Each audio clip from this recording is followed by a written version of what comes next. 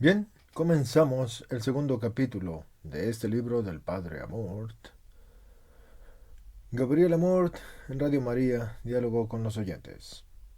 Segundo capítulo. ¿Creen los exorcistas en el diablo? El obispo es quien tiene la facultad de nombrar a los exorcistas. ¿Existen en Europa algunos estados sin exorcistas? El tema de hoy puede parecer algo desafiante, pero el que vive y actúa en este campo, también a nivel internacional, encuentra la pregunta pertinente. Muchas veces he tenido que escuchar a personas que se han dirigido a exorcistas que manifestaban no creer ni en el diablo, ni en su acción. Ya he dicho que he recibido peticiones de citas no solo de Europa, sino del mundo entero, fuera de Italia. La práctica del exorcismo es mucho más escasa. En Italia, después de la publicación de mis obras y después de mis transmisiones, ha habido un incremento en el nombramiento de exorcistas, aunque estoy seguro de que todavía hace falta mucho. Cuando digo práctica, no pretendo referirme al exorcismo en sí, sino al hecho de que un exorcista debe recibir a las personas y escucharlas. En efecto, la mayoría de las veces, la actividad de los exorcistas se reduce a acercar a las personas a Dios. A todos los que se acercan a mí por primera vez para una consulta, les pregunto si participan en la misa todos los domingos. Casi siempre me responden que no. Acuden a mí porque tienen problemas, por lo tanto, son más propensos a escuchar y a seguir mis consejos, y por eso les hago una verdadera catequesis. Creo que un obispo haría muy bien si nombrara un grupo considerable de exorcistas en su diócesis, precisamente para tener personas que escuchen a la gente. Francia es la nación extranjera de donde recibo el mayor número de peticiones, aunque me aseguran la situación está mejorando desde cuando la conferencia episcopal encargó a un nuevo obispo para que siguiera con esta temática y éste nombró a un responsable de los encuentros anuales de exorcistas. Sigo, sin embargo, recibiendo todavía muchas peticiones de Francia, España, Suiza, Australia y los Estados Unidos. 3 siglos de marginación de este tema en toda la Iglesia Católica han sido demasiado largos, por lo cual incluso se ha llegado a no creer ni siquiera en la existencia del diablo. Oigan lo que escribió el cardenal Biffi, arzobispo de Bolonia, en 1998. Algunos teólogos de manera más o menos implícita declararon la muerte del diablo. Lo han liquidado. Ellos tomaron como punto de partida una explicación de los textos de la Sagrada Escritura y del Magisterio basándose en la mentalidad moderna, la cual ve al diablo como un mito y un símbolo. La perspectiva en la cual se sitúa la Biblia, en cambio, es la de la historia de la salvación realizada por Cristo. Cristo nos salva de Satanás.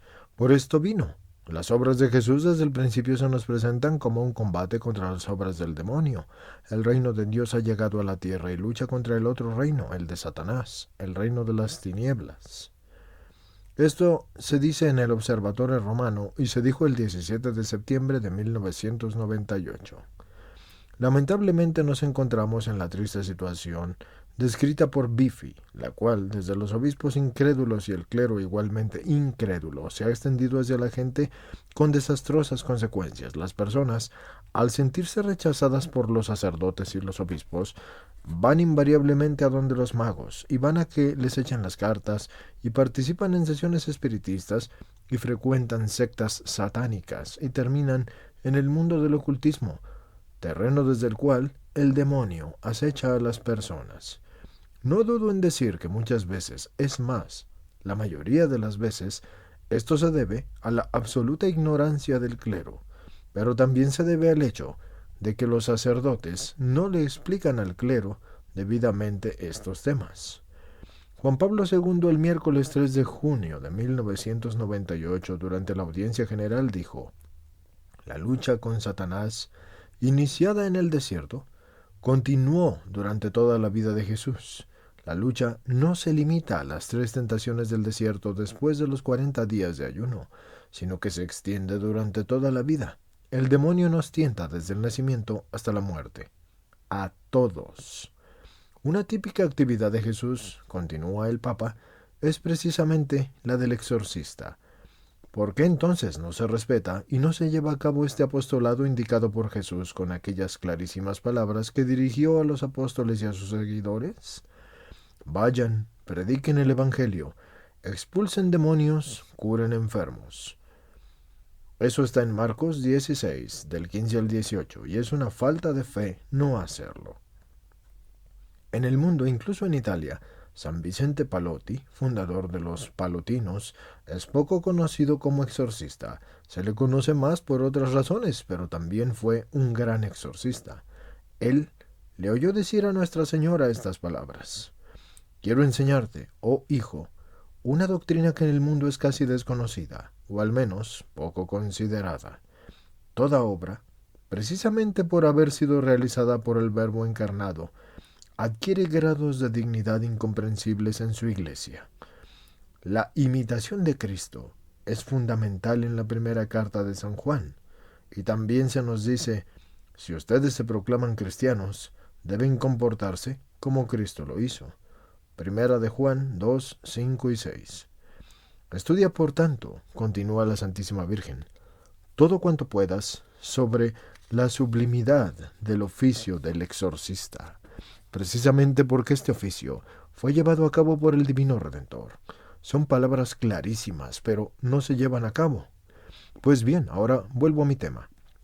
En los seminarios ya no se habla de los exorcismos desde hace 3 siglos.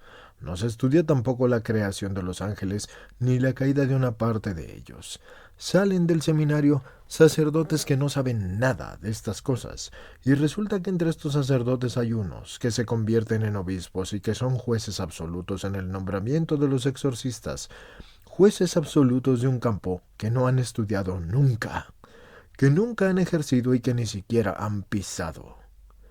En los primeros años de mi ministerio de exorcista, me asombraba el gran número de franceses que venían a Italia a buscar la ayuda de un exorcista, y tuve también la ocasión de conocer 2 excelentes exorcistas de los cuales aún hoy recibo mucha información.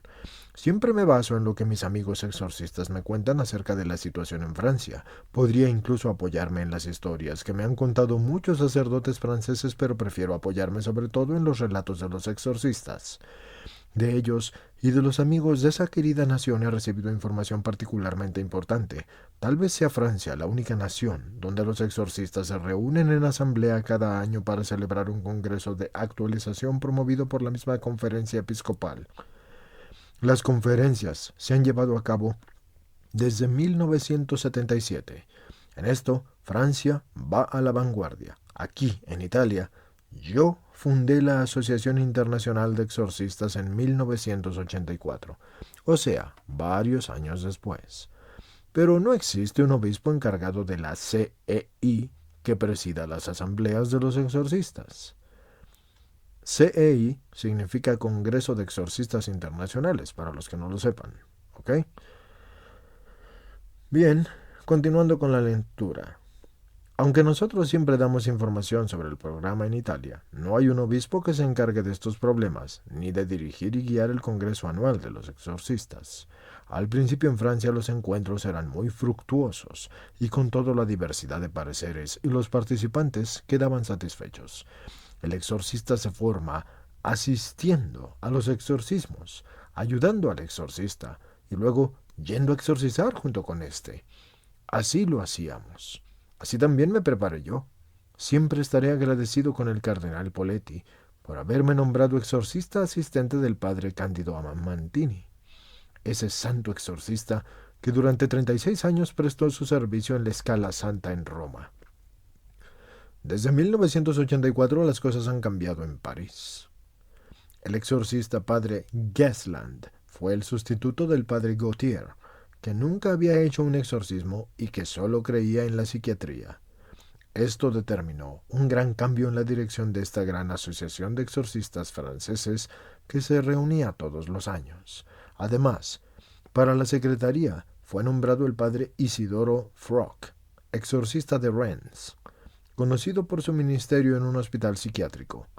Al vivir todos los días esta realidad, le daba siempre una importancia inmensa a los males psiquiátricos y en todas partes veía siempre y solamente males psiquiátricos. Este nuevo secretario tuvo una influencia fundamental en la asamblea y en la formación de los nuevos exorcistas, aparte de no haber realizado nunca ningún exorcismo. Existían, y aún hoy existen, muchas dudas en el plano de su exégesis evangélica.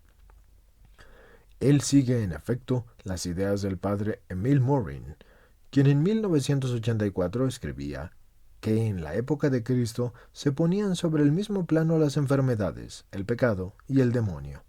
Según él, Jesús se habría adaptado a la mentalidad de sus contemporáneos, por lo cual los evangelios describen los hechos según la sensibilidad cultural de su tiempo. Esto significa que los exorcismos de Jesús no eran tales y por lo tanto, en último análisis, los exorcismos no existirían. Llevando hasta los extremos estos criterios, se rechaza toda la historicidad de los evangelios, la cual es reducida al lenguaje cultural de la época. El resultado de esta manera de pensar es que Bretaña no se encuentra a nadie que realice exorcismos excepto al padre Giovanni, un monje cisterciense de Timaduke, quien gozando de una gran autoridad tiene la fuerza de oponerse al padre Froc, el secretario de la Asociación de los Exorcistas Franceses. Cuando me informé acerca de este monje que recibe 6 personas al día, me enteré de que ya tenía reservas para 3 meses y una larga lista de espera. A nosotros los exorcistas nos llaman personas que nos dicen: el mío es un caso urgentísimo, recíbame pronto. En esta situación estamos hoy los que ejercemos este trabajo. Este único exorcista de Bretaña tenía ya una lista de 3 meses, una larga lista de espera, y lo más conveniente sería que el exorcismo se realizara todos los días, en caso de que tan solo se atendiera un caso. De ser imposible, al menos se debería realizar una vez por semana. Por tanto, una persona que padezca este mal necesita de 50 exorcismos al año. Los exorcistas franceses que ejercen su nombramiento son pocos, por lo que he oído decir, entre un centenar de exorcistas, tan solo 6 ejercen el oficio. Los demás siguen todas las ideas del padre Froc, quien goza de la plena confianza de los obispos, y él siempre es elegido para hablar en televisión sobre este tema. Así no haya hecho nunca un exorcismo en su vida y haya declarado que nunca lo hará. Alguien podría pensar que yo estoy exagerando. Pues bien, el padre Isidoro Froc ha escrito un libro cuyo título es Exorcistas, ¿quiénes son y qué hacen? De un libro con ese título, se esperaría que informara quiénes son los exorcistas y cuál es su actividad. Pero no es así. Ese es un libro que nada tiene que enseñarle a un exorcista. Es un libro que refleja fielmente las ideas del autor, quien goza de gran autoridad entre los exorcistas franceses y el episcopado del mismo país. Imagínense que dicho libro fue escrito por encargo de la Conferencia Episcopal Francesa, y me limito a resaltar las observaciones principales. No se describe nunca un exorcismo, y no se habla de exorcismos. Son cosas que para el autor no deberían hacerse y que no merecen una palabra para él. ¿Cuál es entonces la misión de un exorcista? Extraigo algunas citas de dicho libro. Acoger y escuchar las necesidades de los demás. Acoger y escuchar. Acogida, compasión, camino espiritual, oración de liberación, invitar a la oración y a tener fe en alguien. El objetivo del exorcista es educar en la fe y en la oración. Los exorcistas se dedican a acoger, a compadecer, a aconsejar. Para esto sirven todavía los exorcistas. Nunca se dice que al existir las condiciones, un exorcista tiene el deber de practicar exorcismos, sin importar si son enfermedades psíquicas. Y para rematar, no faltan las expresiones que buscan desacreditar los mismos exorcismos realizados por Cristo. Está escrito así, pero hay un error de escritura. Debía decir: y para rematar, no faltan las expresiones que buscan desacreditar los mismos exorcismos realizados por Cristo. Sin embargo, lo leí como viene, pero sí, es los mismos exorcismos realizados por Cristo. Los exorcismos relatados en los evangelios son considerados como conceptos de las épocas y factores culturales. No se trató de verdaderas liberaciones del demonio, sino de relatos hechos según la mentalidad de los contemporáneos de Jesús. Jesús obra según las costumbres y la cultura de su tiempo. Y podría seguir con todas las citas que se pusieron en este libro, y que según mi parecer van en contradicción con la Biblia y con la tradición, como con la claridad lo ha expresado el documento de la Congregación para la Doctrina de la Fe. Fe Cristiana y Demonología del 26 de junio de 1975, donde se manifiesta la gran importancia de la liberación del demonio realizada por Cristo. El contraste es sumamente evidente. Para apoyar sus palabras, el padre Frog cita el informe del padre René Marlé. Tras la invitación suya, presentó a los exorcistas franceses en 1992. Y es como para quedarse pasmado. Según dicho informe, el diablo no es un ser personal, sino, y extraigo las palabras puntuales, una máscara. Satanás continúa. Así pues, este orador también continúa. Dice, Satanás, al dirigirse a los exorcistas franceses, no es un ser individual. Jesús ve al diablo según las costumbres de su tiempo, toda la Biblia y toda la patrística, cosas que no ven los autores citados, y nos enseñan que los ángeles existen y que los demonios son ángeles, y que fueron creados buenos, pero que se rebelaron contra Dios y que son seres personales con voluntad y con libertad y con espíritu de iniciativa. Autores como estos ven a Satanás, la personificación del mal, universal, y poco les importa que personajes de la talla del Papa como Pablo VI digan que Satanás no es la personificación del mal, sino que es un ser personal. En la Biblia, y sigo con el libro de Frog, el demonio representa las fuerzas del mal que inducen a la tentación y añade, frente a la pregunta de si el diablo existe o no, que no siempre es posible dar una respuesta precisa. El jefe de los exorcistas franceses, ante la pregunta de si el diablo existe o no, dice que no siempre es posible dar una respuesta precisa. Por tanto, no cree. Todas las afirmaciones son condenadas en el famoso discurso sobre el demonio, pronunciado por Pablo VI el 15 de noviembre de 1972, en el que afirma que quien sostenga que no cree en el demonio como una persona, se sale del marco de la enseñanza bíblica y eclesiástica, se sitúa fuera de la Biblia y de la Iglesia. Sin embargo, dicho libro fue publicado por encargo de la Conferencia Episcopal Francesa. Desafortunadamente, las ideas del padre Frog tienden a difundirse. En su libro busca acabar con el ritual para exorcistas, hasta ahora vigente, con frases como estas: el exorcismo es un acto mágico. Los 3 signos de posesión indicados en el ritual han perdido su valor hoy en día. El espiritismo es un peligro solo en el plano psicológico y espiritual, y por tanto se necesita solamente al psiquiatra y solo es necesario un psicólogo. La magia, fíjense en esta perla, es un fenómeno cultural. Según esto, entonces, tanto la Biblia como el Catecismo de la Iglesia Católica se equivocan. Y se equivoca Dios al condenar la magia, si es que la magia es solo un fenómeno cultural. Y viene luego un contentillo final para los filoexorcistas, una verdadera joya. El padre Frog reconoce 2 exorcismos realizados por Jesús: el ¿me amas?, que está en Juan 21:15, pregunta que Jesús le dirige a San Pedro en 3 ocasiones, y que nosotros, pobres ignorantes, creíamos que era un triple testimonio de amor, siendo que esto no lo hubiéramos aprendido sin el brillante padre Frog. Lo que es, para él, según él, es un verdadero exorcismo. Reconoce que esto es un exorcismo, y más adelante habla de otro caso posible, aún más asombroso: el beso de Judas, que está en Lucas 22:47, algo que todos nosotros, en nuestra ignorancia, considerábamos como la consumación de su traición. Pero no, con él aprendemos en cambio que es un exorcismo, y tal vez no bien logrado, como nos lo sugiere el buen padre Frog. Estos son los 2 exorcismos que él le atribuye a Jesucristo. Habría que preguntarse si el padre Frog sabe qué es en realidad un exorcismo, y si cree en el demonio o si cree en la posibilidad de la posesión diabólica.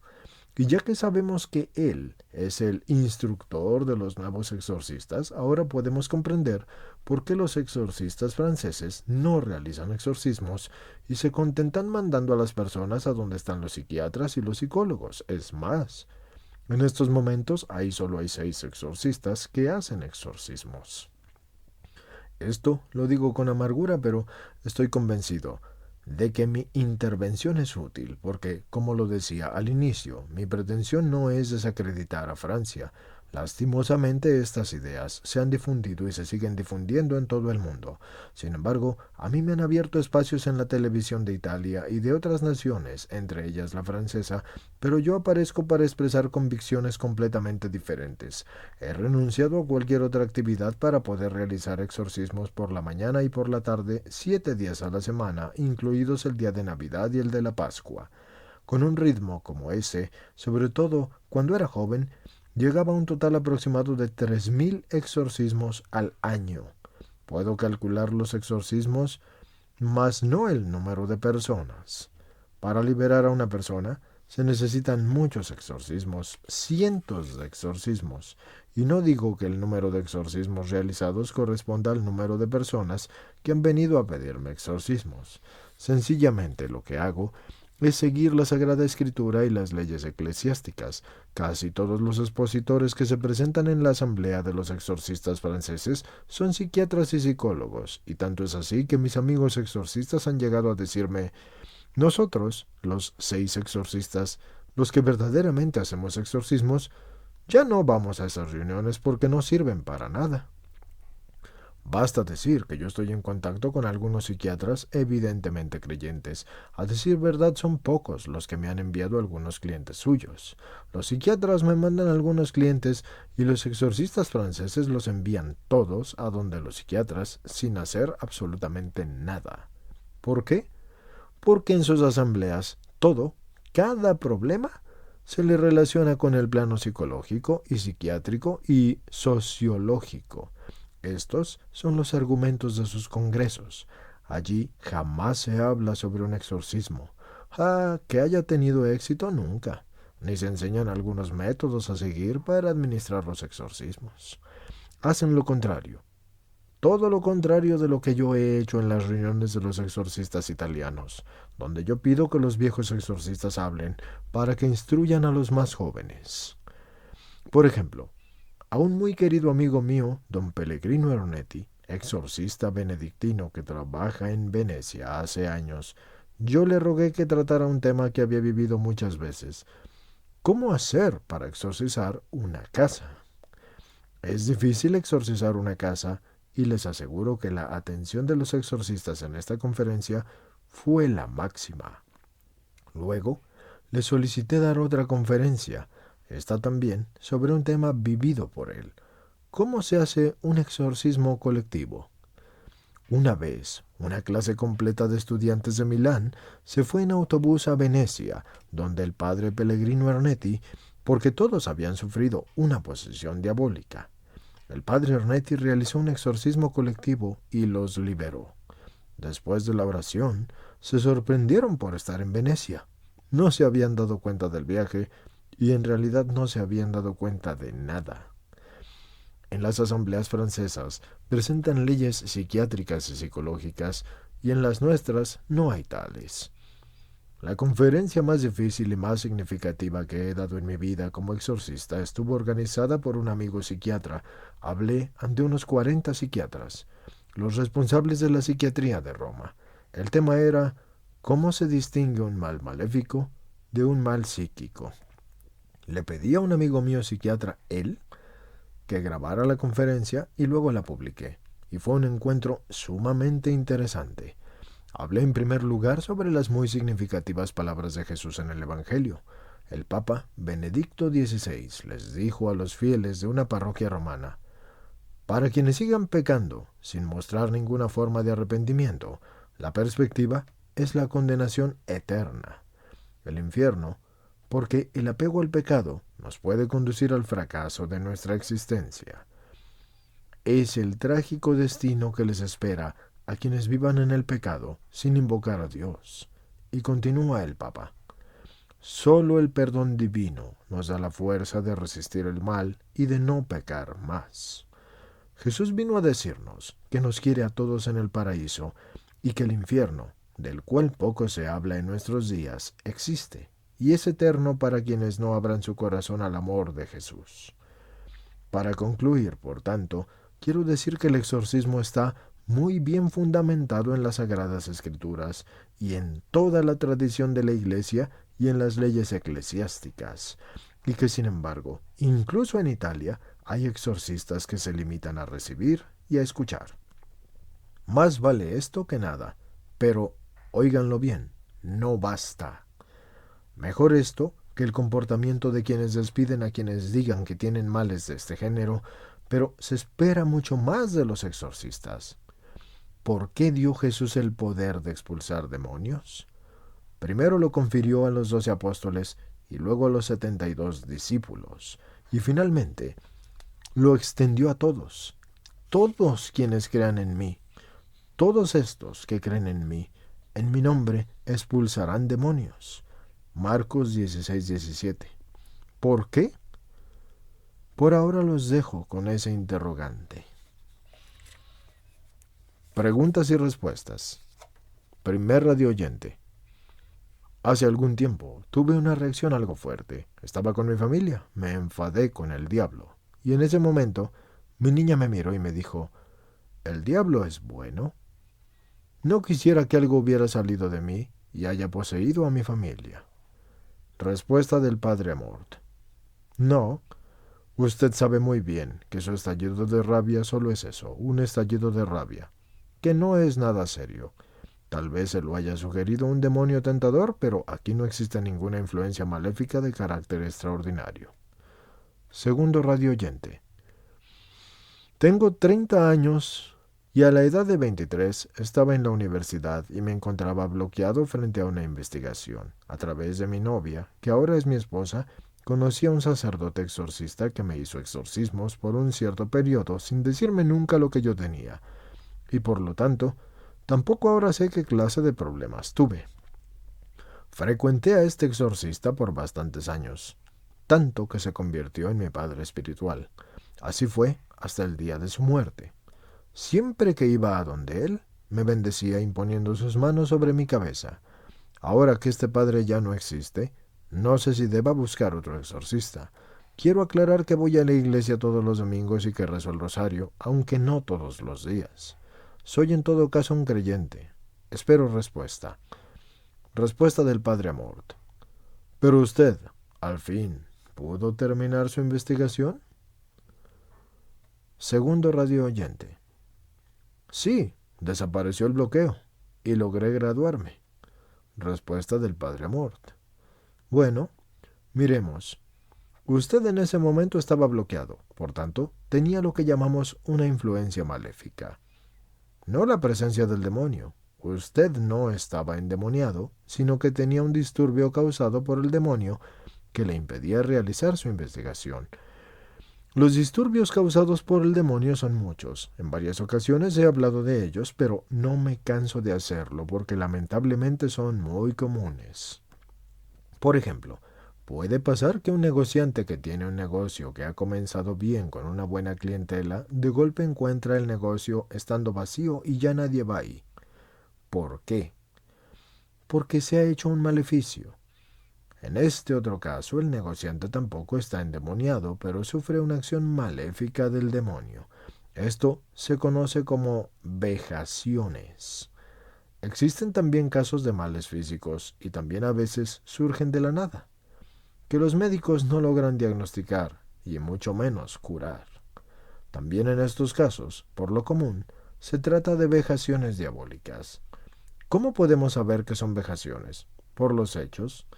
Si una persona que ha estado hospitalizada muchas veces y que ha pasado por las manos de varios médicos y que ha probado una buena cantidad de medicinas, siempre lo hace inútilmente y sin obtener resultado alguno, cierto día entonces visita a un exorcista y después de pasar por una serie de exorcismos se libera de este problema, es porque verdaderamente lo suyo era causado por el demonio.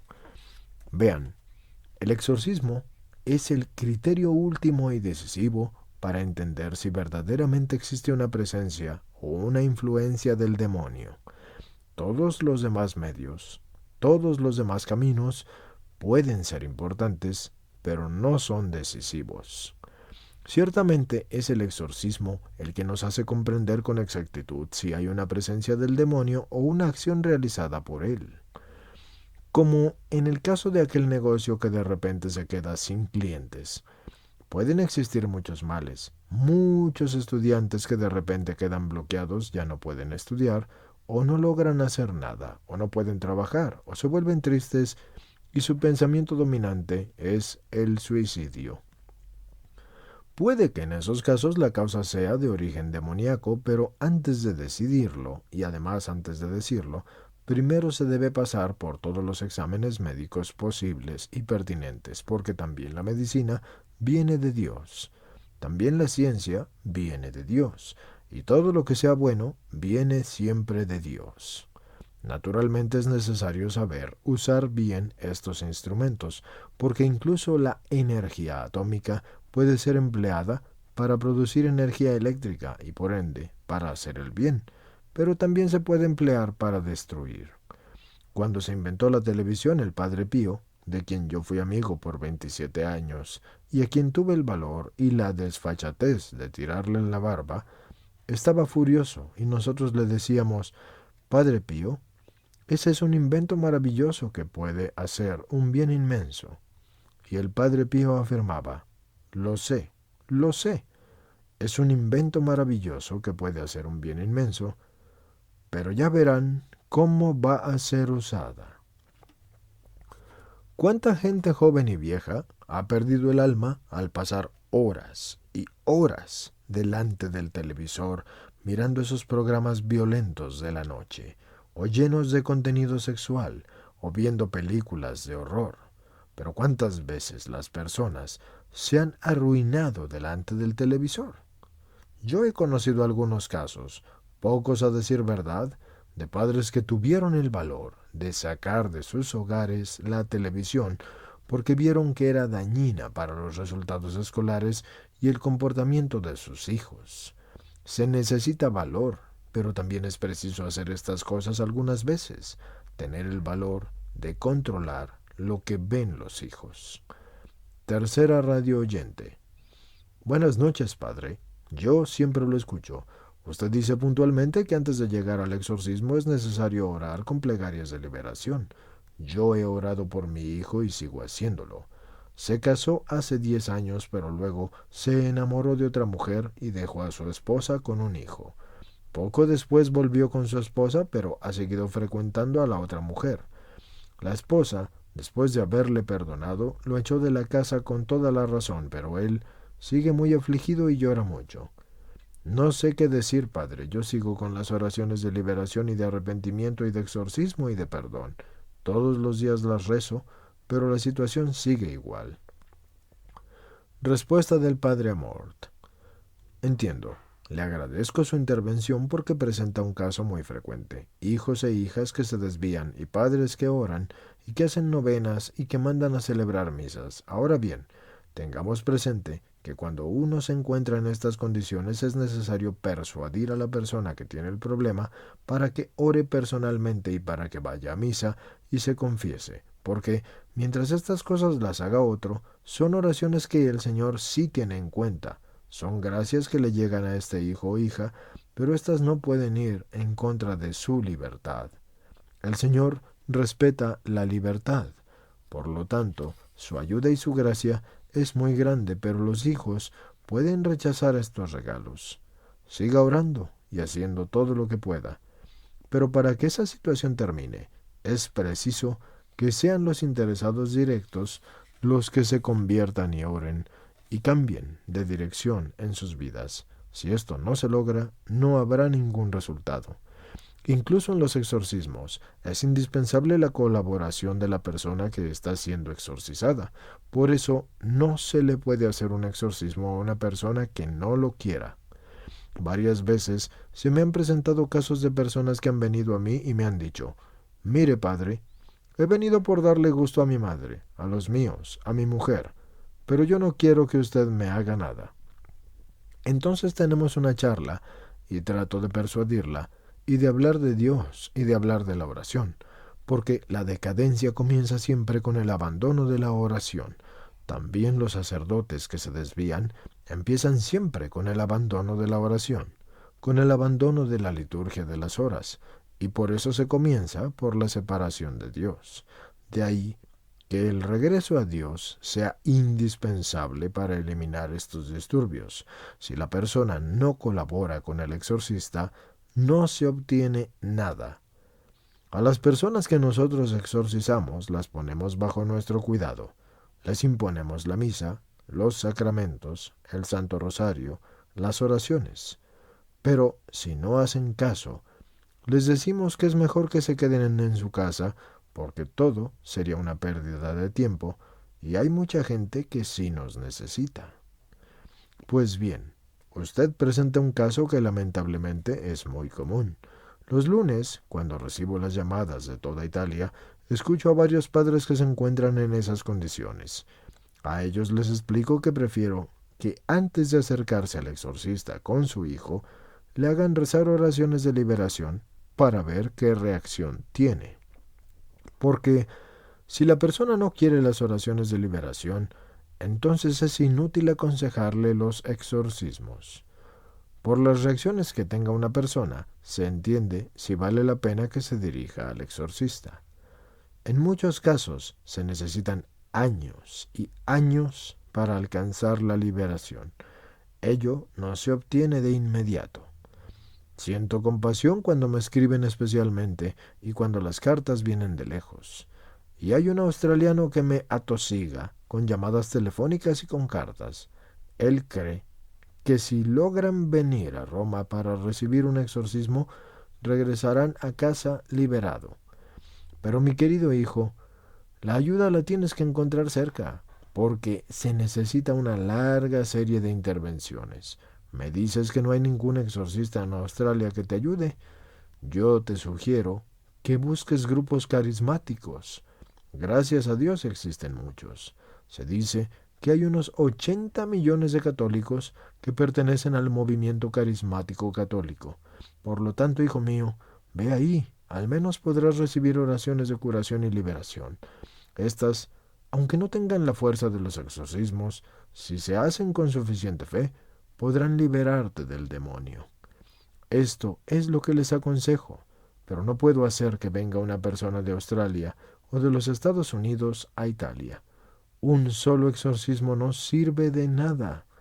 En caso de que haya realmente la necesidad de realizar exorcismos, es precisa una larga serie de ellos, y en la mayor parte de los casos se necesitan años y años para lograr la liberación. Por tanto, una persona debe buscar ayuda cerca de su localidad. Cuarta radio oyente. Ante todo he de decirle que soy una persona con una espiritualidad muy pobre. A pesar de que frecuento los sacramentos, incluso lo hago a diario, me doy cuenta de que tengo una fe y una voluntad muy débiles. Desde hace algún tiempo estoy pasando por un desorden alimenticio terrible. Tal vez tengo la voluntad de hacerme el mal con la comida. Quisiera saber si esta es una influencia diabólica o solamente es una cuestión psicológica. Gracias. Respuesta del Padre Amort. Aquí diría que no es precisamente el caso de un mal maleficio, sino más bien de uno psicológico o psiquiátrico. Pero en el caso de que ni los psicólogos ni los psiquiatras encuentren el problema, entonces podremos probar la vía del exorcismo para ver si las reacciones nos muestran la presencia del demonio. Porque el demonio hace cualquier cosa para permanecer oculto o para que no lo reconozcan. Algunas veces lo hace imitando males naturales, y ese fue el caso del joven que fue liberado por Jesús cuando él bajaba del monte Tabor. Algunos evangelistas lo llaman epiléptico porque hacía gestos y tenía actitudes parecidas a las de un epiléptico. Es decir, el demonio intenta enmascararse de todas las formas posibles y hay veces que se necesita una serie de exorcismos para que la presencia maléfica se manifieste. Tuvieron que pasar 2 años de exorcismo para que el demonio que tenía una señora se manifestara con una voz cavernosa. Después de que descubrimos al demonio en la señora, no se necesitó mucho tiempo para que la liberación total se lograra, pero tuvieron que pasar 2 años para hacer que eso ocurriera. El padre Cándido me decía, mire, padre Amort, siga haciéndole exorcismos a esta señora porque me parece que en ella hay algo. También él sentía indeciso porque no había demostraciones claras de la presencia del demonio, pero después de 2 años de exorcismos se hizo presente. Conozco otra persona, y hay tantos casos parecidos, que tiene la presencia del demonio desde cuando era una niña. Un buen día decidió ir a una misa donde realizaban oraciones de sanación y liberación. Allí las personas se tiraban al suelo y gritaban. Entonces sucedió que esta persona de repente se volvió furiosa y comenzó a gritar algo que nunca había hecho. Y desde entonces ella y sus familiares comprendieron que había una presencia que permanecía oculta y así emprendieron una serie de exorcismos para liberarla. Las raíces de una presencia maléfica ahondan a medida que corren los años. Por tanto, si la persona lleva muchos años con este mal, la liberación será más difícil. Dentro de los casos que yo he tenido que enfrentar, solo puedo dar fe de un caso fácil. Se trata de la liberación de una chica de 14 años, para la cual fue necesario tan solo un exorcismo de 10 minutos. El día anterior había sido invitada por una amiguita suya a participar en un rito satánico. De regreso a su casa daba puntapiés, mordía y gritaba. Su papá la cargó para ayudarla, pero ya era entrada la noche, y de inmediato se la llevó a donde el padre Cándido. Llegados allí tuvieron que esperar hasta las 6 de la mañana, hasta que se abriera la iglesia, todo para escuchar que el padre Cándido estaba enfermo, así que me los enviaron. Llegaron a mi casa más o menos a las 8 de la mañana, y yo ya había comenzado los exorcismos. Cuando terminé, hacia el mediodía, el portero me dijo que había un caso digno de compasión.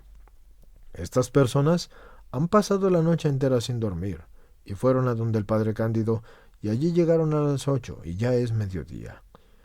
Gracias a Dios que estaba conmigo otro exorcista, que es mucho mejor que yo, quien dijo, vamos, hagámosle también un exorcismo a esta muchacha. 10 minutos, y se desplomó sin fuerza alguna.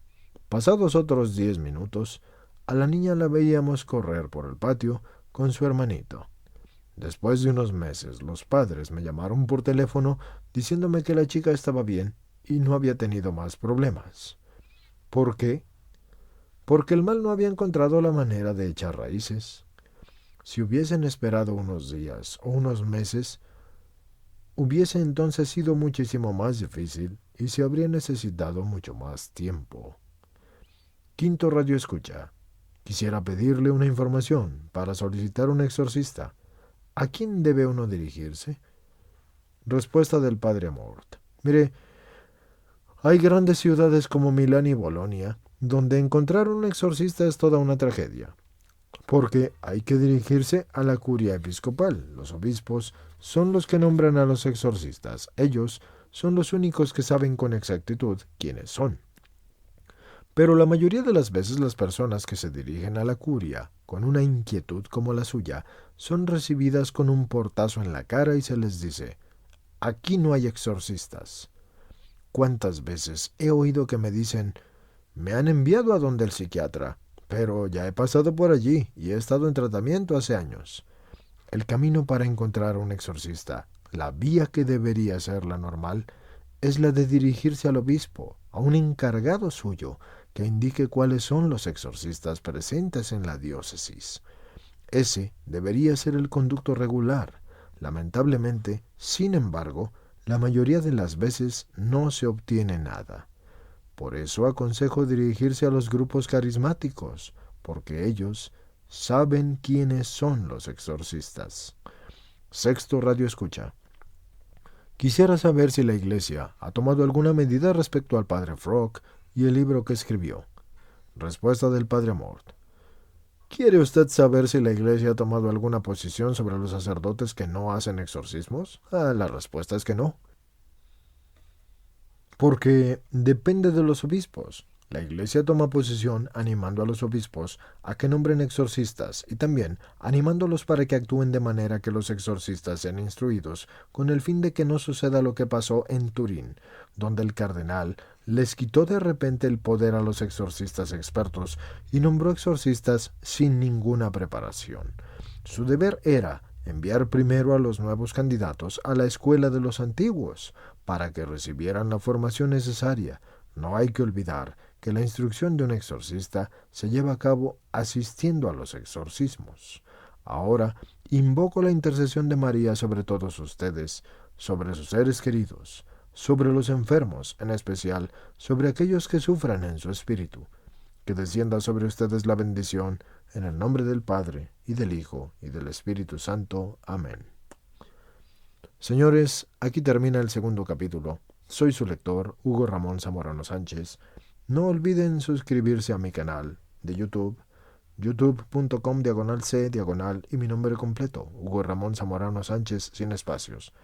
Y para los que escuchen en los podcasts, olvídense de nada más estar en el podcast. Denlo a conocer también. Estamos en Anchor, en Spreaker, en Apple, en Google, en muchos lados. Denlo a conocer para la gloria de Cristo. Los que están escuchando este audio, ya sea en YouTube o en los podcasts, si es largo o aquí termina, busquen el siguiente capítulo. Y si es de los largos de 12 horas de YouTube o más, entonces continúen porque voy a seguir con la lectura. Este capítulo fue un placer habérselos leído y no olviden aquellos que puedan y quieran. Se aceptan también sugerencias de libros y se aceptan también donativos a través de PayPal para continuar con esto, porque es un hobby, es una alegría poder hacerlo, pero ustedes deben saber que estos libros son caros. Los que quieran ayudar o suscribirse a una membresía en los canales de YouTube, de cualquier manera, es aceptado. Nunca olviden oración, ayuno, penitencia y caridad. Y continuamos con el siguiente capítulo.